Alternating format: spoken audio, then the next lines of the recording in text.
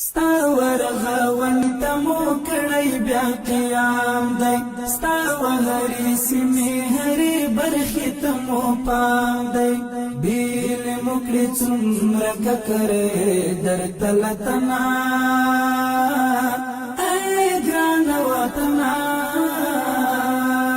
د ریاست الوزرا اقتصادي مرستیال الحاج ملا عبدالغني برادر اخوند په مشرۍ په ځانګړې جوړه شوې غونډه کې د راروان ژمي پر مهال د سون توکو د بیې پر کنټرول مفصل بحث وشو. په غونډه کې تر هر اړخیز بحث وروسته پریکړه وشوه چې د هیوادوالو د ژمنیو ستونزو د حل په موخه به د کرنې اوبه لګولو او مالدارۍ وزارت د نورستان، کونړ، ننګرهار، خوست، پکتیا او پکتیکا ولایتونو ځنګلونو کې هغو د سون توکو لرګیو ته چې کلونه مخکې ویل شوي بازار ته د داخلېدو اجازه ورکړي. په همدې تړاو کرنې وزارت ته دنده وسپارل شوه چې په یاده ځنګلونو کې به په هیڅ ډول چاته اجازه نه ورکوي چې ځنګلونه ووهي او که څوک پر دغه عمل مرتکب ونیول شي د قانون منګولو ته به سپارل کیږي. په دغه غونډه کې د کانون او پټرولیم وزارت په مشرۍ مالیې وزارت او کابل ښاروالۍ ته دنده وسپارل شوه چې په ژمي کې د ډبرو سکرو د نرخونو د کنټرول په موخه طرحه جوړه او راتلونکي مجلس ته یې وړاندې کړي. په راروان ژمي کې د مایع ګاز د بیې د کنټرول او احتیاطي ذخیرو د درلودو په مخه مالیې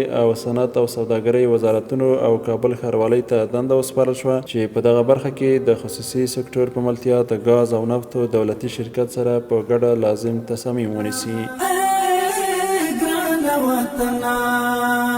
ستا ورغاونې ته مو کړی بیا قیام دی ستا وهرې سیمې هرې برخې ته مو پام دی بیل مکړې څومره ککرې درته له تنا